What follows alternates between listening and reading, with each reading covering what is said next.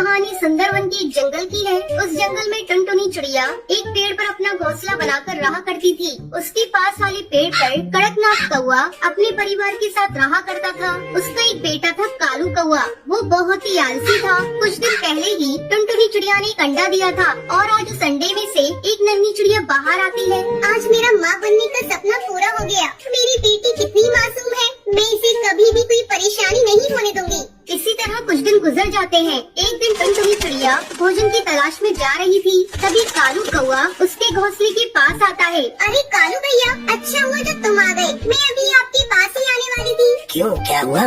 कालू भैया, मैं भोजन की तलाश में जा रही हूँ। आप मेरी बच्ची का ख्याल रखिएगा, मैं अभी आ जाऊंगी।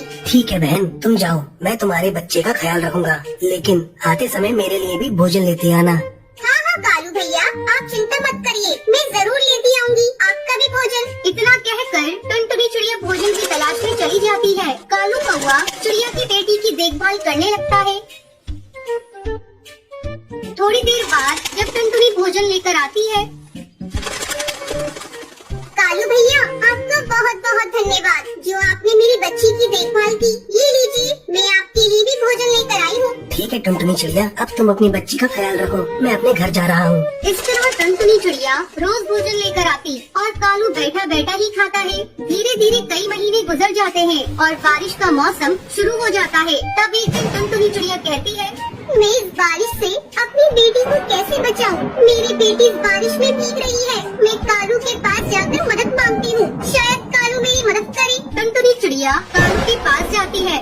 भैया, इस बारिश में मेरा घोंसला पूरा भीग गया है। अब मेरा घोंसला पता नहीं कब टूट जाए। क्या बारिश रुकने तक आप मुझे अपने घोंसले में रहने दे सकते हैं? मैं अपनी बेटी को अपने साथ लेकर आई हूँ। टुनटुनी चिड़िया, मैं तुम्हें साफ साफ बता देना चाहता हूँ, मेरे घोंसले में इतनी जगह नहीं है मैं तुम दोनों माँ बेटी को रख सकूँ। तुम कोई दूसरा आशियाना देखो।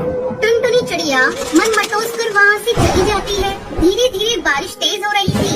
अचानक टुनटुनी चिड़िया को एक पेड़ में बड़ा सा सुराख दिखाई देता है। टुनटुनी चिड़िया अपनी बेटी को लेकर उस सुराख में छुप जाती है। सुबह हो जाती है लेकिन बारिश नहीं थमती। टुनटुनी चिड़िया अपने घोंसले की मरम्मत करने लगती है। अब टुनटुनी चिड़िया का घर बारिश में भीगने से बच जाता है। इस बार टुनटुनी चिड़िया अपने घोंसले को छाती से ढक देती है। कालू कौआ टुनटुनी के घोंसले को देखकर कहता है, अरे ये टुनटुनी चिड़िया तो बहुत ही चालाक निकली। इसने तो अपने घोंसले को छाते से ढक लिया है। मैं मौका देखकर इसका छाता चुरा लूंगा और अपने घोंसले में लगा दूंगा।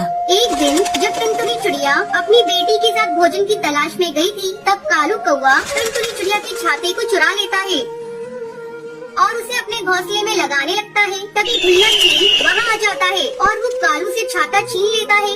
कालू कौए, तुमने बहुत गलत किया। तुमने टुनटुनी चिड़िया का छाता चुरा लिया। अभी जाओ जाकर ये छाता टुनटुनी चिड़िया के घोंसले में लगाओ। अगर तुमने ऐसा नहीं किया तो मैं तुम्हें मार डालूंगा। भुल्ला चील के डर से कालू कौआ छाता ले जाकर टुनटुनी चिड़िया के घोंसले में लगा देता है। फिर उस जंगल के सारे पक्षी और टुनटुनी चिड़िया अपनी बच्ची के साथ खुशी। एक घने जंगल में बबली नाम की अमीर कबूतरी रहा करती थी। उसका एक बेटा था जिसका नाम बंटी था। बबली के घर एक काम वाली बाई थी। उसकी एक बेटी थी जिसका नाम टुनटुनी था। एक दिन टूनी अपनी बेटी टुनटुनी से कहती है, बेटी तुम यहीं घर पर खेलना, मैं बबली मैम साहब के घर काम करके आती हूँ। ठीक है माँ, तुम जाओ। जब टूनी बबली के घर पहुँचती है, टूनी, ये लो पैसे और बाजार जाकर कुछ फ्रूट लेकर आओ। ठीक है मालकिन, मैं अभी लेकर आती हूँ। टूनी बाजार से फ्रूट खरीद कर लाती है। तब बबली कहती है, और टोनी, तुमने फ्रूट यहाँ क्यों रख दिए? जाओ जाकर इन्हें टोकरी में रख दो। ठीक है मालकिन, अभी रख देती हूँ। थोड़ी देर बाद, मालकिन मैंने घर का सारा काम कर दिया है, क्या मैं अब घर जा सकती हूँ? मेरी बेटी घर पर भूखी है, मेरा इंतजार कर रही होगी। नहीं टोनी, तुझे अभी नहीं जाना। तू देख नहीं रही है, मेरे बेटे को भी भूख लग रही है। चल पहले टोकरी से फल निकाल कर काट दे। ठीक है मालकिन, मैं अभी काट कर देती हूँ। टोनी फल काट कर बबली को देती है। टोनी, अब तो घर जा सकती है। टोनी के घर पहुँचने पर, माँ मुझे जोरों की भूख लगी है, मुझे जल्दी से कुछ खाने को दो। बस बस बेटा, मैं अभी तुझे कुछ खाने को देती हूँ। टोनी खाना बनाने लगती है। बेटा तू बैठ, बस 2 मिनट लगेंगे। देख मैं तेरे लिए रोटी दाल बना रही हूँ।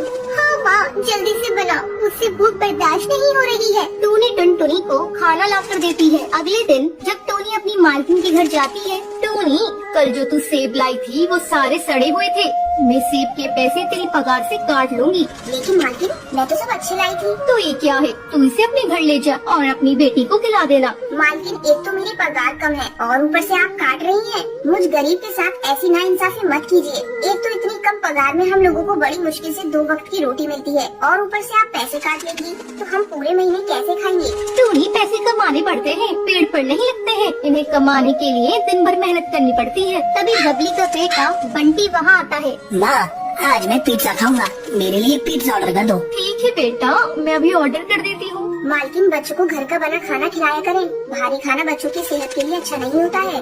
देख टूनी, तू मेरे यहाँ काम करती है तो काम से मतलब रखा कर और मुझे ज्यादा सलाह देने की जरूरत नहीं है। मेरे पास इतने पैसे हैं कि मैं अपनी बेटे की हर इच्छा पूरी कर सकती हूँ। तुम गरीब लोग हमें देख कर चलते हो, इसलिए कहते हो ये अच्छा है ये बुरा है। मालकिन मेरे कहने का मतलब वो नहीं था। मैं भी एक माँ हूँ, जानती हूँ बच्चों के लिए खाना कौन सा अच्छा है। मैं तो बस आपको बता रही थी, आगे आपकी मर्जी। तभी डिलीवरी बॉय पिज्जा लेकर आ जाता है। मैम ये रहा आपका पार्सल। जैसे ही बंटी पिज्जा खाता है उसे उल्टियाँ होने लगती है। अरे ये मेरे बेटे को क्या हो गया, ये इतनी उल्टियाँ क्यों कर रहा है? मालकिन आप घबराइए मत, मैं अभी नींबू पानी लेकर आती हूँ। बंटी बेटा अभी ठीक हो जाएगा और आगे से बंटी बेटे को बाहर का खाना मत दीजिएगा। तू ठीक कहती है टोनी, मैं कान पकड़ती हूँ। आगे से इसे बाजार का कुछ भी नहीं खाने दूंगी, हमेशा इसे घर का बना खाना दूंगी। ये सुनकर टोनी खुश हो जाती है और अपने काम पर लग जाती है।